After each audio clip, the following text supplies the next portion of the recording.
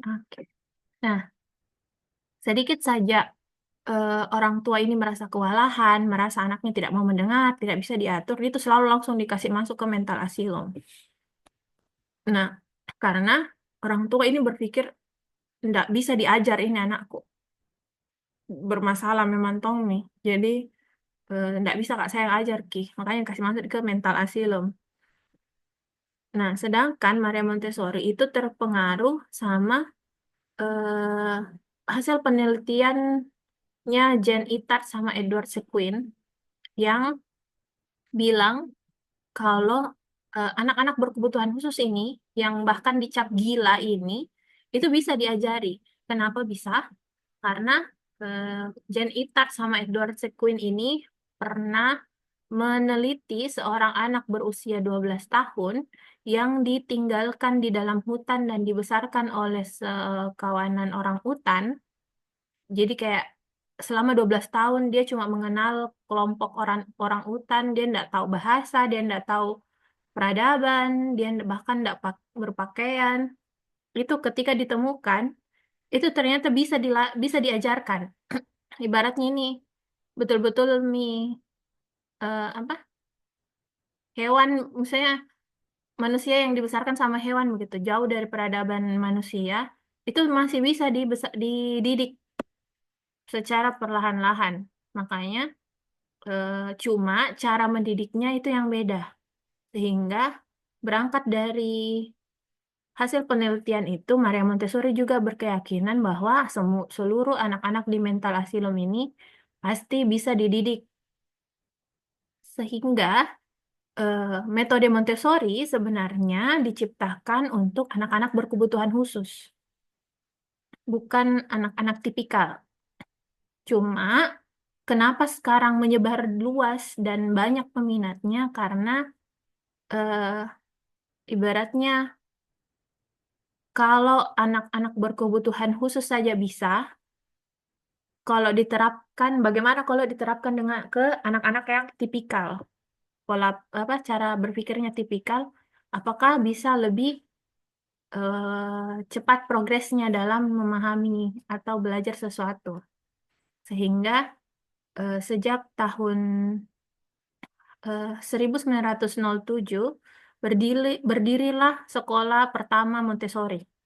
Dia eh, karena di mental asilum tadi sudah terbukti, jadi suatu kali dia ajak pemerintah setempat untuk melihat setelah 6 bulan dia di mental asilum, dia ajak pemerintah setempat untuk melihat hasil karyanya.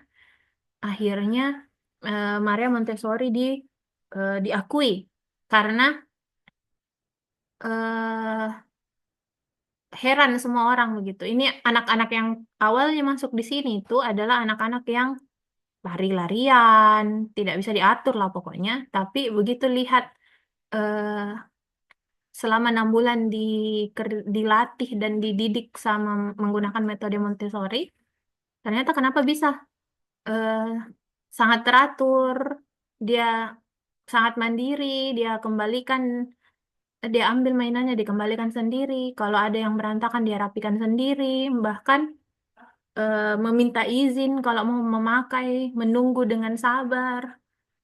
Itu kan kayak perubahan drastis sekali.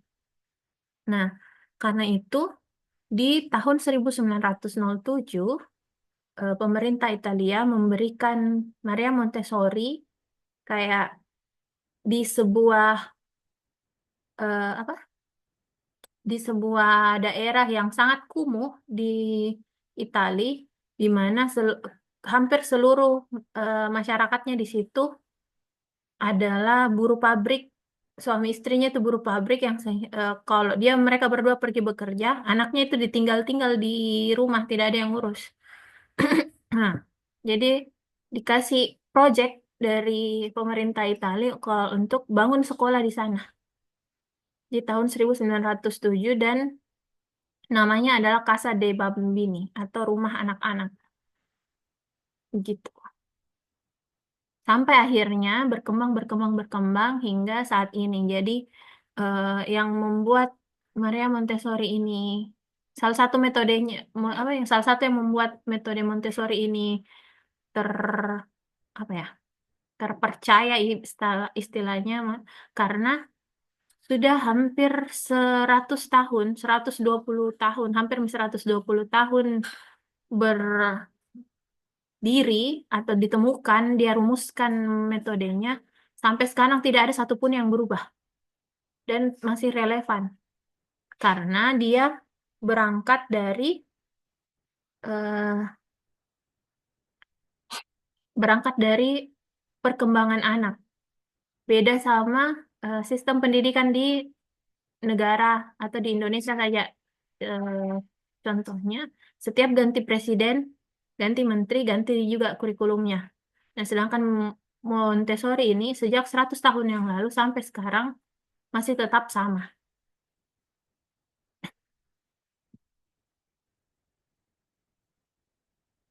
Ah, ini salah satu salah satu quotes yang paling terkenal di Montessori adalah anak-anak itu mampu mengajari diri mereka sendiri.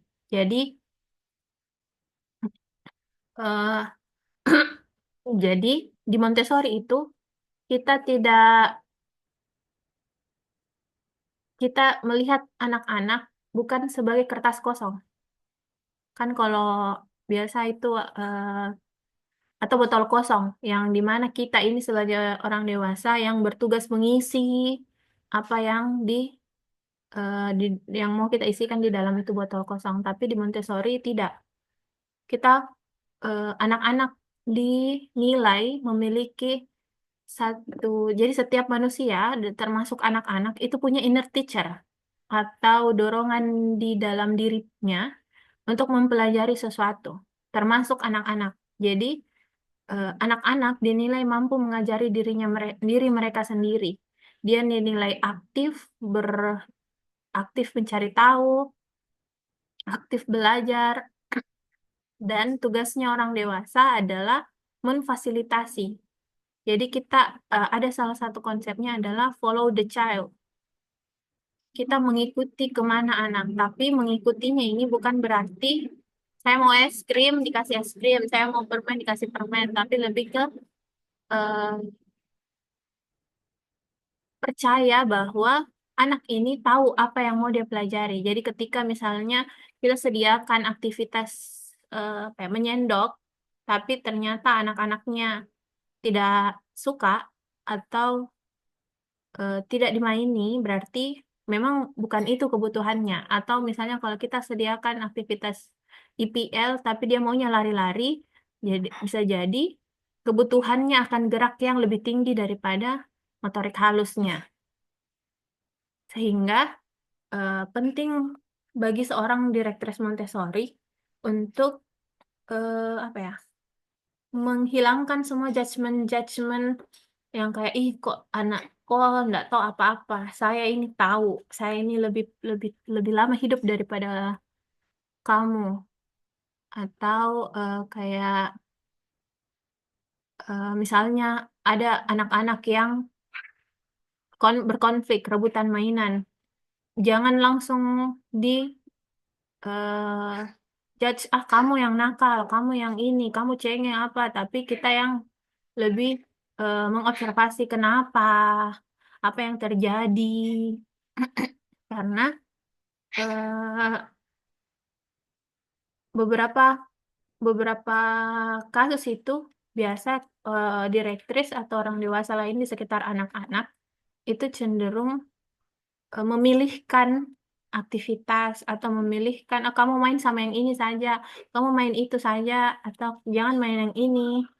Padahal tanpa mempertimbangkan kebutuhan anaknya. Karena misalnya takut jatuh dari ketinggian, tidak pernah diberikan aktivitas memanjat. Padahal bisa jadi anaknya sedang butuh aktivitas memanjat untuk menguatkan otot-otot kasarnya. Jadi tugasnya kita sebagai orang dewasa adalah percaya ke anak-anak bahwa mereka tahu apa yang mau mereka pelajari dan mereka akan secara aktif mencari apa yang mau mereka pelajari.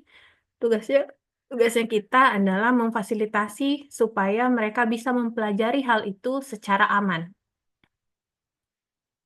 Jadi kalau misalnya mereka mau manjat-manjat, ya silakan manjat-manjat, tapi fasilitasi dengan cara yang aman. Kalau misalnya mereka, kan kalau di Montessori ada aktivitas exercise practical life yang memotong-motong buah. Jadi di Montessori itu iya, boleh kalian boleh memakai pisau, kalian boleh memakai gunting. Tapi yang kita sediakan adalah pisau dan gunting yang aman buat anak-anak. Gitu. Nah, ini adalah fitur konsep dasar di anak-anak yang cuma ada di Montessori. Jadi Montessori eh, merumuskan bahwa setiap tahap perkembangan anak-anak, jadi di Montessori itu ada 4 tahap perkembangan dari usia 0 sampai 24 tahun, yang setiap rentangnya itu 6 tahun, 6 tahun. Itu kayaknya akan dibahas di minggu depan. Tapi di usia 0 sampai 6 tahun, ada fitur perkembangan anak-anak yang disebut nah, absorbent mind. Nah, absorbent mind ini adalah fitur khusus yang dimiliki oleh otak anak usia 0 sampai 6 tahun yang digambarkan seolah-olah seperti sponge atau kamera karena dia menyerap absorb seluruh hal pengetahuan di lingkungannya. Dan itu bukan cuma sesuatu yang dia dengar, maksudnya bukan cuma sesuatu yang kita kasih tahu, tapi bagaimana kebiasaan-kebiasaan kita, misalnya eh, raut mukanya kita, kalau kita panik, misalnya, jadi kayak anak usia dini itu belum tahu konsep tentang takut, sampai kita yang ajarkan. Kayak misalnya ketika mamanya ketakutan ketika melihat tikus, anak usia dini akan langsung menyerap itu dan mengasosiasikan kalau tikus itu adalah hewan yang menakutkan. Sehingga eh, karena fitur otak ini, orang dewasa atau adult di sekitar anak usia dini haruslah sempurna, utamanya direktris. Sempurna dalam artian kita harus selalu tahu apa yang kita kerjakan. Kita tidak bisa apa hilaf, kayak misalnya hilaf marah-marah sama anak-anak, hilaf eh, apa ya, biasanya kalau orang tua itu berteriak apa membentak anak-anak karena capek. Nah, di direktris Montessori itu enggak, kita harus selalu senantiasa sadar karena apapun yang kita pakai, yang kita ucapkan, yang kita lakukan itu akan diserap oleh anak-anak. Bagaimana kita bagaimana kita berperilaku atau eh, berinteraksi dengan teman-teman yang lain. Bagaimana caranya misalnya kita setiap kali apa berbuat salah kita juga meminta maaf ke anak. Kan biasanya orang dewasa itu jarang sekali meminta maaf ke anak sehingga anak-anak juga kesulitan. Kenapa saat mereka mau meminta maaf karena merasa oh maaf ini saya mungkin kalau saya minta maaf saya berarti kalah misalnya. Itu saya berarti salah. eh, Termasuk juga berterima kasih, meminta tolong atau mengantri. Kalau eh, jadi kalau di kelas itu sederhananya itu kita menganggap anak-anak seperti manusia seutuhnya. Kita juga meminta maaf kalau kita salah. Kayak misalnya ada beberapa kali, misalnya kayak anak-anak beberapa kali memanggil tapi kita tidak fokus sampai dia harus datang ke kita, baru kita bisa minta maaf maaf tadi Miss tidak dengar. Atau misalnya kita tetap mengantri meskipun eh, sebenarnya kita bisa lebih awal karena apa? Tetap mengantri misalnya untuk cuci tangan. Kita bisa tetap mengantri duluan, eh, menduluankan anak-anak sesuai antriannya, walaupun sebenarnya kita bisa saja memotong antrian gitu. Tapi sebisa mungkin kita itu perilakunya perfect. sempurna karena kita akan dicontoh sama anak-anak. Nah, bedanya di usia 0 sampai 3 tahun itu sifatnya masih unconscious atau belum sadar dalam artian dia belum bisa memilah-milah yang mana mau saya serap, yang mana tidak. Diserap semuanya. Makanya kenapa anak usia 0 sampai 3 tahun biasanya itu punya ciri khas orang tuanya. Kalau orang tuanya marah-marahnya seperti apa, dia pasti juga ikut-ikut. Atau kalau misalnya orang tuanya bagaimana caranya mengelola konflik, dia pasti akan ikut. Jadi kalau misalnya orang dewasa di sekitarnya anak-anak itu apa ya? Kan biasa itu ada orang dewasa yang cara bercandanya itu cenderung membuli, kayak sengaja dikasih menangis karena itu menyenangkan. Apa? Lucu kalau lihat anak kecil menangis begitu. Nah, nanti eventually dia akan menyerap, oh, lucu adalah kondisi ketika anak-anak ini menangis atau temanku menangis itu lucu. Sehingga betul-betul yang kita karena mereka belum bisa memilih-milih yang mana benar, yang mana salah, atau mereka belum bisa memproses semua diterima begitu saja, sehingga kita yang harus memang menjaga perilaku,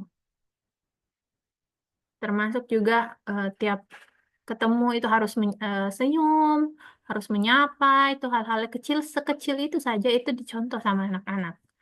Nah, untuk usia 3 sampai 6 tahun dia sudah masuk ke fase conscious observant mind atau pikiran menyerap yang sudah sadar. Maksudnya sudah sadar ini adalah dia sudah bisa memproses apa yang dia terima. Jadi, biasanya di usia 3 sampai 6 tahun anak-anak itu sudah mulai membantah. Saya tidak mau yang ini, saya maunya ini. Ah, itu tidak bagus, tidak suka, tidak ini.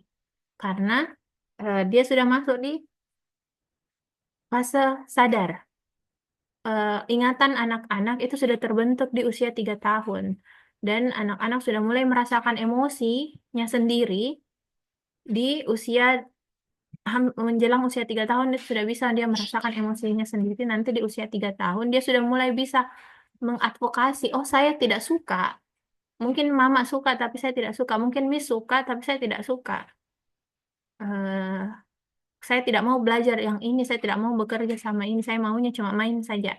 Nah, itulah kenapa biasanya di usia 3 sampai 6 tahun itu masuk ke fase-fase yang sangat menantang. Anak-anak akan mencoba menantang aturan-aturan yang tadinya di usia 0 sampai 3 tahun ngikut saja. Oh, yang ini mama bilang tidak boleh, yang ini tidak boleh, yang ini tidak boleh. Tapi di usia 3 sampai 6 tahun dia mencoba menantang aturan. Jadi kalau misalnya, oh, kalau di sekolah duduk makan itu harus sambil duduk, ada kursinya. Coba kalau saya makan, duduk, habis itu jalan. Habis itu saya datang lagi. Atau misalnya kalau duduknya di depan cermin bagaimana? Tidak di depan meja. Atau kalau eh, saya duduk tapi duduknya di lantai, apakah boleh? Pokoknya banyak sekali akan dia coba setiap hari untuk menantang aturan yang eh, bagi direktris kita harus konsisten dengan aturan. Karena kekonsistenan ini yang nantinya akan menjadi kunci, mempermudah anak-anak memahami aturan itu aturan, tidak boleh dilanggar. Ketika dilanggar, kamu akan menerima konsekuensi logis dan konsekuensi alami. Tuh. Nah, pertanyaannya karena pikiran anak usia 0 sampai 6 tahun itu menyerap segala hal yang ada di sekitarnya, lingkungannya, pertanyaannya adalah lingkungan seperti apa yang kita mau sediakan atau air seperti apa yang akan diserap sama anak. Nah, oke. Di usia 0 sampai 6 tahun, kalau secara umum kan biasanya digambarkan sebagai golden age. Di situ nih 90 hampir 90% otaknya anak itu berkembang. Di usia 0 sampai 3 tahun itu 80% di sana dia berkembang. Kalau di Montessori, 0 sampai 6 tahun dianggap sebagai fase embrio spiritual. Kalau kehamilan kan dia pembentukan embrio fisik ya. Tangannya, organ-organnya disempurnakan di dalam kandungan. Nah, kalau 0 sampai 6 tahun ini adalah pembentukan embrio spiritual. Spiritual itu maksudnya karakteristiknya, sifat-sifatnya anak-anak itu pondasinya itu dibentuk di 0 sampai 6 tahun. Sehingga sangat penting untuk sebenarnya di Montessori 0 sampai 6 tahun itu lebih fokus ke karakter, membangun karakteristiknya anak. Sehingga nantinya ketika dia besar nanti, dia sudah punya pondasi yang dimanapun dia di lingkungan manapun dia ditempatkan, pondasinya itu tetap kokoh. Nah, apa saja hal-hal yang mempengaruhi embrio spiritual ini? Kalau dari segi internalnya anak-anak, itu tadi ada observant mind. Jadi karena metode Montessori ini tidak menganggap anak-anak sebagai botol yang kosong, di mana anak-anak ini juga punya pikiran, punya kehendak, sehingga perlu untuk memperhatikan kalau anak-anak ini punya fitur observant mind. Terus anak-anak juga punya ada yang namanya dia merasakan yang namanya periode sensitif. Nanti akan dibahas lebih lanjut. Sama bagaimana hukum perkembangan alaminya anak. Jadi dengan mengetahui ini, tiga ini di secara internalnya anak, eh, orang dewasa itu tidak semena-mena ke anak. Dalam tanda kutip itu tidak kayak eh, kita harus tahu, oh anak ini pikirannya menyerap, jadi kita yang harus jaga sikap. Oh ini anak lagi periode sensitif apa, jadi kita harus sediakan aktivitas ini. Oh hukum perkembangan alaminya anak seperti ini, jadi wajar ketika misalnya ritme bekerjanya lambat. Kita tidak perlu memburu-burui. Ketika kita buru-buru, justru kita yang menyalahi hukum perkembangan alaminya anak. Itu dari segi internalnya anak yang harus kita pahami. Nah, dari segi eksternalnya itu pertama ada interaksi dengan lingkungan yang telah dipersiapkan. Jadi di Montessori lingkungan adalah guru kedua. Jadi guru pertama itu anaknya sendiri, observant mind, periode sensitif, hukum perkembangan alami itu jadi guru pertama. Guru kedua itu lingkungan. Guru ketiga barulah orang dewasa. Jadi orang dewasa itu berfungsi sebagai penghubung atau katalisator antara eh, dirinya anak dengan lingkungannya. Jadi salah satu yang penting untuk disediakan di Montessori adalah lingkungannya. Lingkungannya Montessori itu betul-betul dipersiapkan sebaik mungkin. Nanti kita akan bahas, atau kalaupun nanti Miss Husnul ke kelas, sudah melihat ke kelas, Miss Husnul akan melihat kayak rata-rata semua perabotan itu bisa diakses sama anak-anak, bisa digunakan sama anak-anak, termasuk kalau misalnya lagi mau cuci tangan ada step tools. Kalau mau memotong-motong bisa pakai guntingnya sudah apa? Guntingnya bisa disesuaikan sama kesulitannya aktivitas yang untuk anak-anak. Eh, atau seluruh alat kebersihan itu bisa diakses sama anak-anak. Sapu, ada sapu yang kecil, ada yang sapu yang besar, itu bisa diakses sama anak-anak. Anak-anak bisa mengambil dan mengembalikan mainannya sendiri semua. Tidak ada lemari yang eh, semua semua aktivitas itu diletakkan di lemari yang bisa diakses sama anak-anak, kecuali untuk aktivitas yang tidak memang diperbolehkan eh, diakses sama anak-anak baru ditaruh di tempat yang tinggi. Jadi anak-anak akan bebas membuka menutup pintu, terus eh, kalau dia tidak mau bekerja, dia bisa membaca buku, dia bisa ambil mainan apa saja yang dia mau, sesuai dengan kebutuhannya. Yang kita sediakan, yang kita lakukan hanya menyediakan dan mengobservasi. Yang kedua itu kebebasan bereksplorasi. Ini tadi eh, bukan berarti bebas sebebas-bebasnya. Tapi di Montessori juga ada istilahnya freedom with limitation. Mereka bebas bereksplorasi menggunakan seluruh aktivitas yang ada di kelas, tapi dengan beberapa batasan. Misalnya yang paling umum, batasan yang paling umum itu ada tiga. Yang pertama itu tidak menyakiti dirinya sendiri. Jadi mereka bisa, misalnya mereka bisa apa ya? Misal mereka bisa bermain beras, tapi tidak diperbolehkan ketika berasnya dimakan. Atau mereka bisa bermain bowling, tapi tidak diperbolehkan ketika bola bowlingnya dilempar ke arah teman. Yang pertama itu tidak boleh menyakiti diri sendiri. Oh, yang paling kalau menyakiti diri sini pernah ada kasus yang ada anak-anak lagi tantrum dan dia cenderung menyakiti dirinya sendiri. Yang kayak begitu tuh harus dihentikan. Entah tangannya ditahan atau dipeluk atau dikasih tahu nanti tanganmu sakit. Yang kedua itu tidak boleh menyakiti orang lain. Termasuk tadi itu memukul, itu tidak boleh, merebut mainan, mengganggu teman yang sedang berkonsentrasi. Jadi yang ketiga itu adalah tidak boleh merusak lingkungan atau aktivitas. Jadi ketika ada aktivitas yang tidak digunakan seperti sebagaimana mestinya, itu harus langsung dihentikan. Misalnya kayak aparatus long rod tapi digunakan sebagai pedang-pedangan yang berdampak merusak material dan melukai temannya.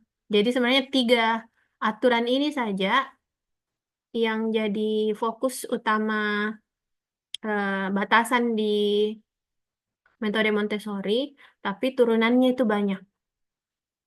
Cuma eh, jadi kalau misalnya Miss Husnul nanti di kelas dan melihat perilaku-perilaku anak-anak yang cukup menantang, kembalikan ke tiga ini.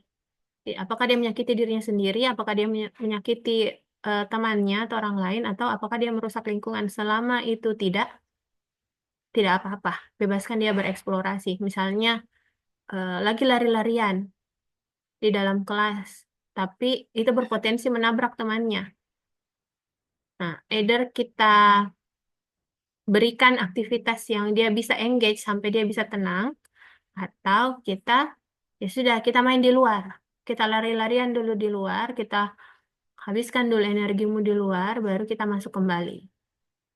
Jadi bukan lari-lariannya yang dilarang, tapi kan biasanya kalau orang lari-larian, anak-anak lari-larian itu langsung dilarang. Jangan begitu nanti begini begini begini. Enggak.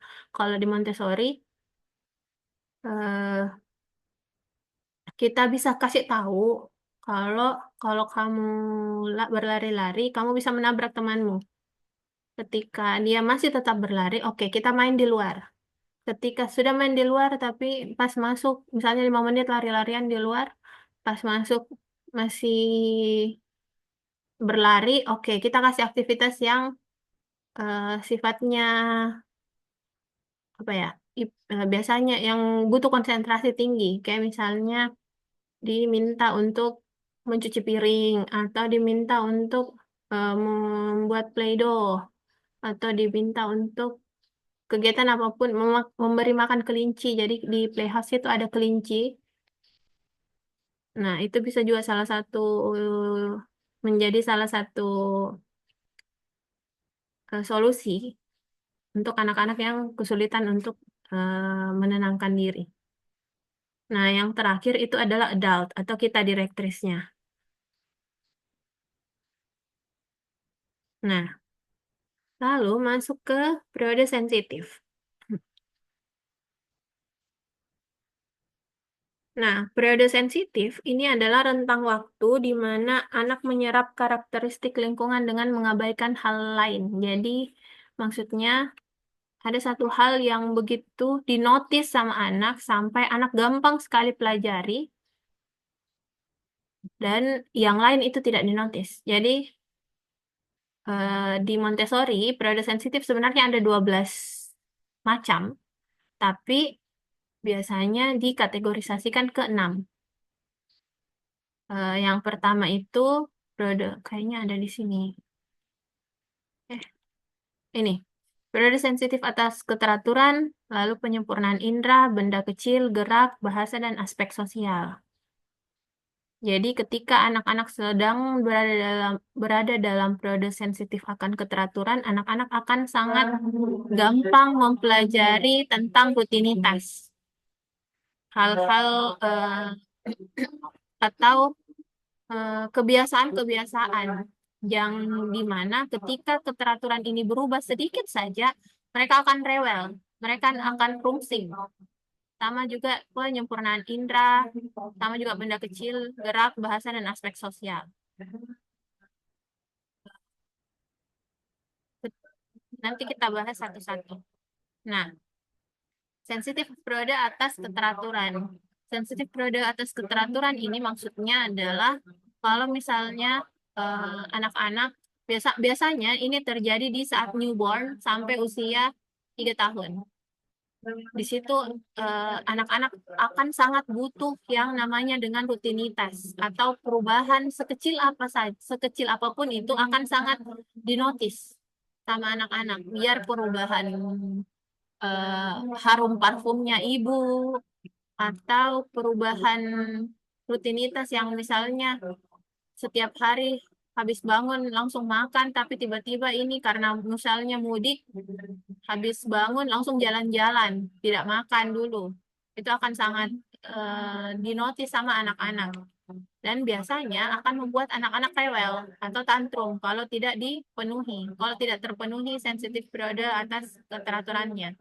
Kenapa bisa? Karena di dalam rahim, anak-anak itu saat di dalam rahim, dia dikelilingi oleh lingkungan yang sangat teratur.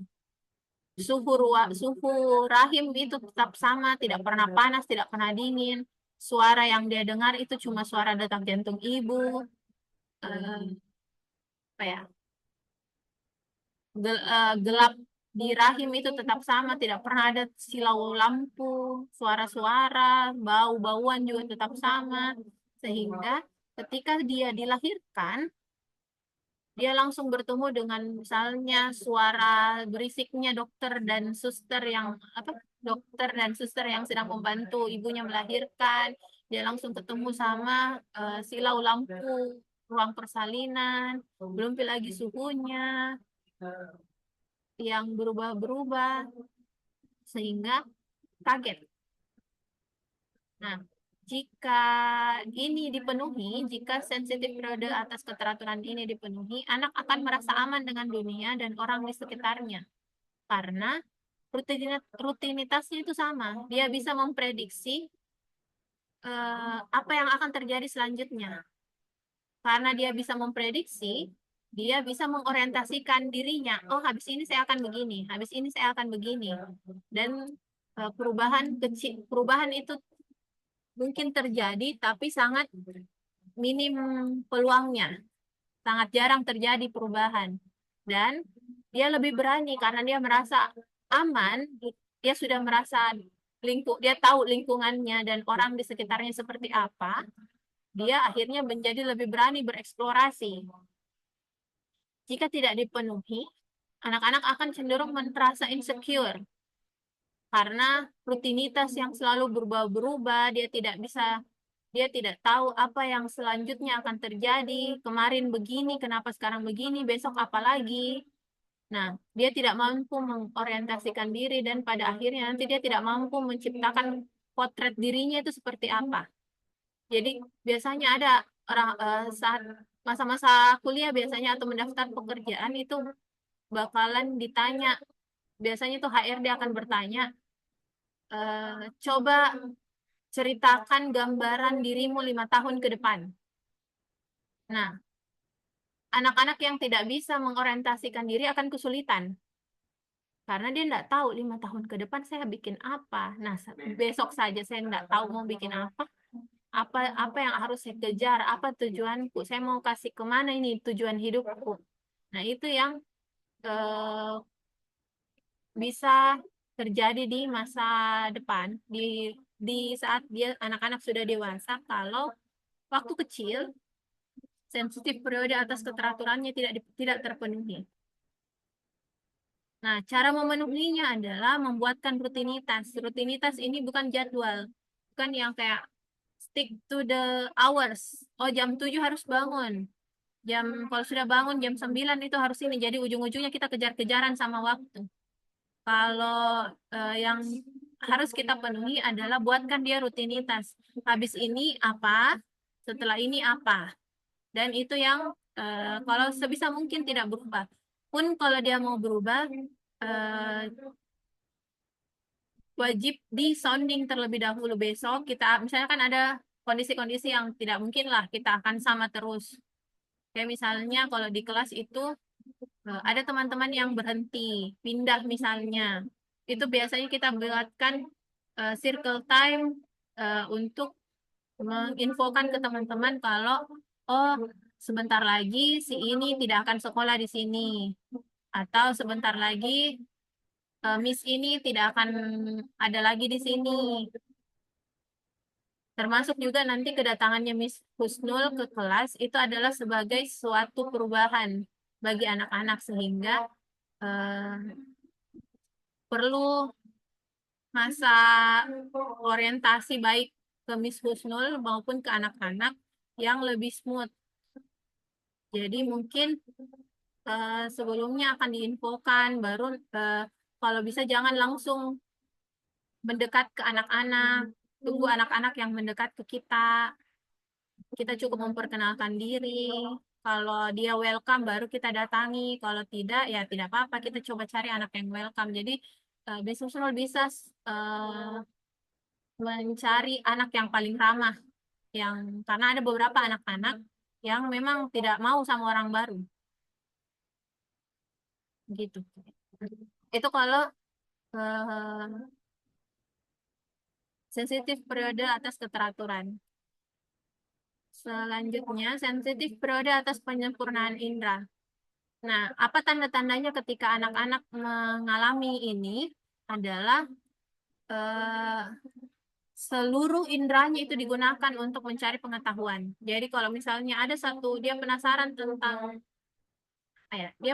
tentang bola. Bolanya itu akan dia pegang dulu, dia lihat, dia pukul-pukulkan untuk mendengar suaranya, dia cium untuk dia baui, sampai akhirnya misalnya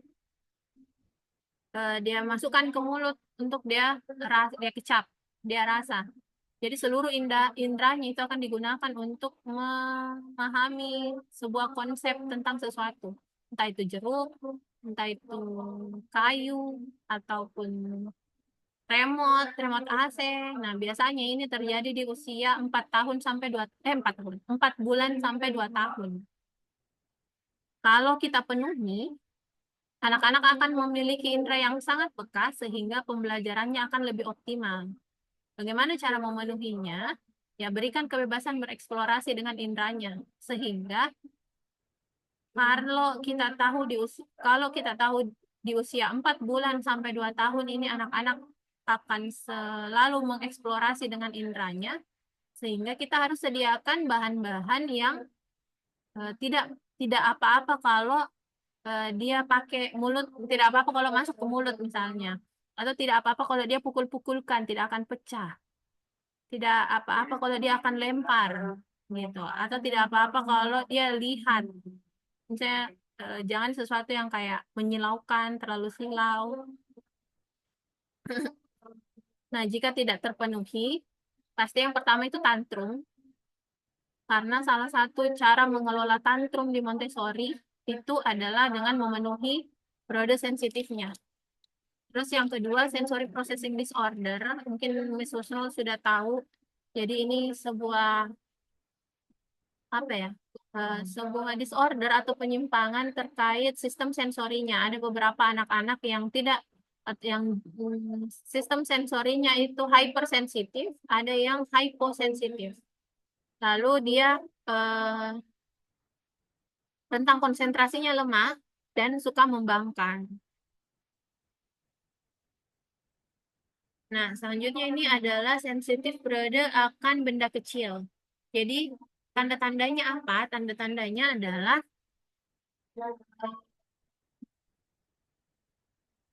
ketika anak-anak ini, apa ya? Ketika anak-anak ini, eh, misalnya kalau diajak ke suatu tempat, dia lebih cenderung memperhatikan ke detail daripada gambaran keseluruhan.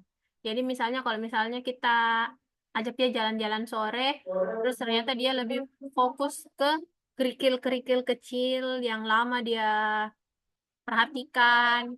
Atau kalau di rumah dia akan fokus ke semut yang jalan-jalan di dinding sampai lama sekali. Nah, itu kalau di Montessori biarkan saja. Jangan, kan biasanya orang tua itu akan gatal sekali untuk menjelaskan, oh itu namanya semut, semut itu begini, begini, begini. Nah, kalau di Montessori itu jangan. Jangan diinterupsi dan jangan memberikan instruksi. Kita cukup diam saja dan setelah selesai dia fokus, baru kita menjelaskan. Jika sensitif periode akan benda kecil ini terpenuhi, tentang fokus dan konsentrasinya akan berkembang dan sangat berguna dalam aspek akademik anak. Karena kebanyakan anak-anak yang kesulitan belajar misalnya membaca, berhitung dan menulis itu karena susah berkonsentrasi. Dia susah menyampingkan hal-hal lain dan fokus ke satu aspek. Sedangkan saat anak-anak fokus memperhatikan benda-benda kecil, itu dia sedang melatih rentang fokusnya. Dia akan mengabaikan hal-hal di sekitarnya dan hanya fokus ke semut satu saja. Nah, itu adalah caranya anak-anak melatih rentang fokus. Jika tidak dipenuhi, anak-anak akan menjadi tidak sabaran dan perhatiannya mudah teralihkan. Jadi kayak misalnya dia lagi fokus memperhatikan semut, tiba-tiba kita datang, oh semut itu begini, begini, begini. Jadi konsentrasinya pecah. Saya mau perhatikan semut, atau saya mau dengar penjelasannya mamaku. Makanya eh, jika keterusan seperti itu, setelahnya ke depannya itu anak-anak akan semakin sulit berkonsentrasi karena harus ada penjelasan yang dia dengar. Kalau tidak ada penjelasan, dia tidak bisa berkonsentrasi ke satu titik, ke satu aktivitas gitu.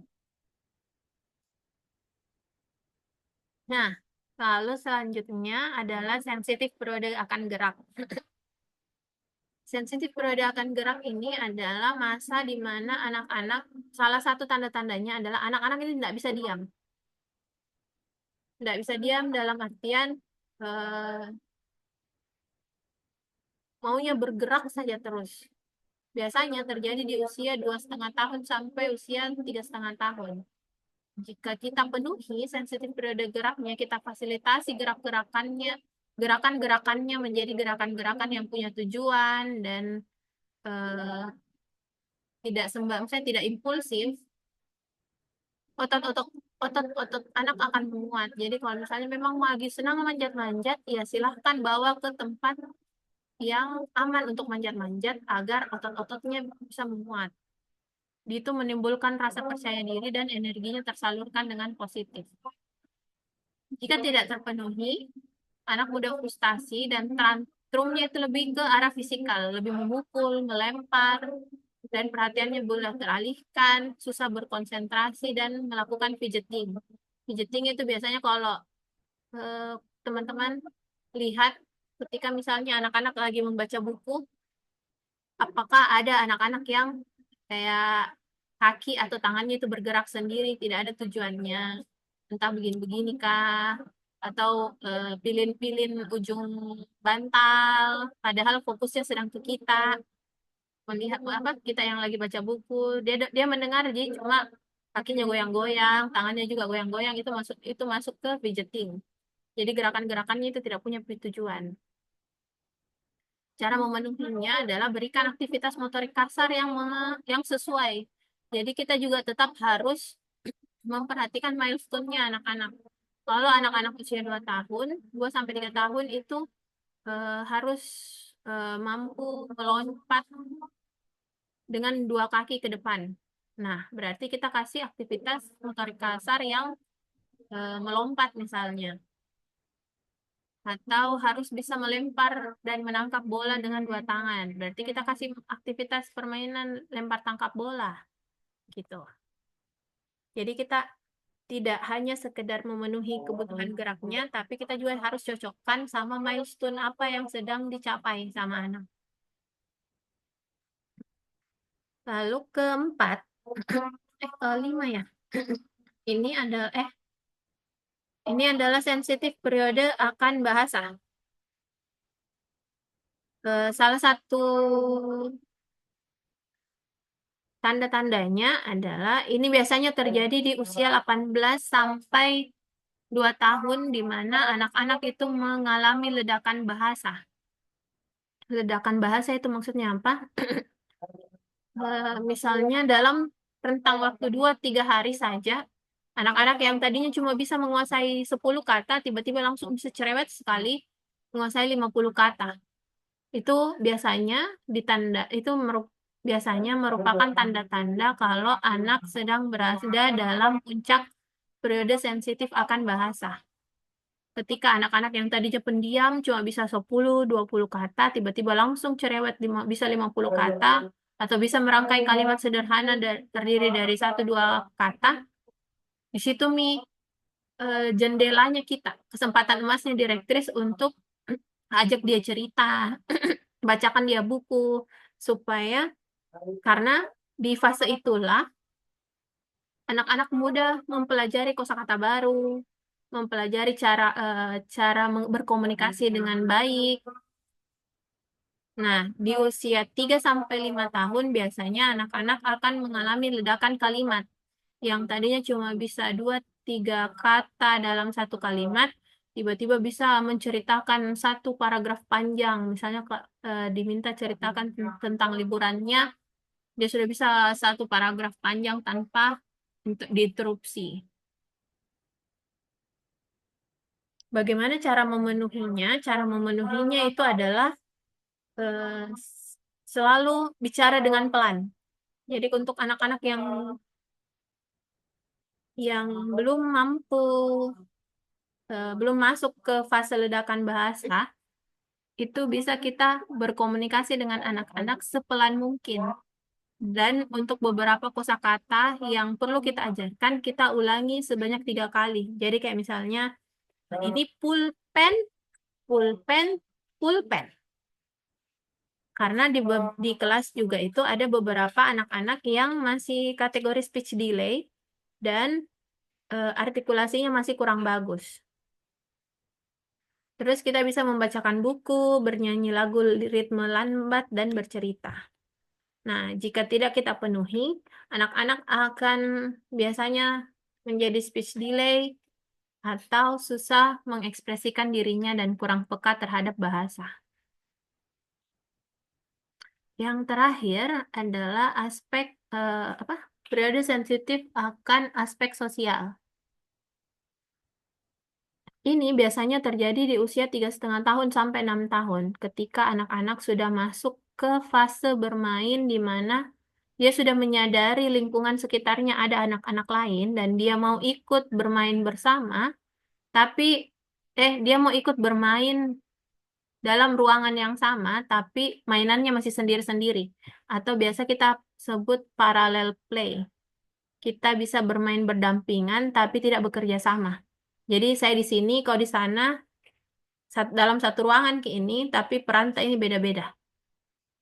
Atau eh, kalau misalnya kayak, misalnya ada anak yang dewasa, bukan yang dewasa. Jadi anak-anak usia 6 tahun ke atas kan biasanya sudah permainannya sudah kooperatif. Jadi kayak ada aturannya.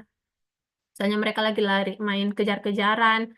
Ada ini nongol anak 3-4 tahun, ikut juga lari-larian, tapi dia nggak tahu aturannya, pokoknya lari saja. Nah, itu biasanya salah satu tanda kalau dia lagi periode sensitif akan aspek sosial. Dia mau terus bergabung, mau terus ada interaksi dengan orang lain, mau selalu diperhatikan. Nah, cara memenuhinya adalah tetap kita perhatikan tahap perkembangan sosial emosional anak. Dalam artian, untuk anak-anak yang belum mampu bermain bersama, tidak dipaksa. Jadi, kan biasa ada orang tua itu yang kayak, masa nggak mau main sama kakak? Itu kakak main sama kamu, atau main sama adik ya. Eh, Mainnya jangan rebutan ya.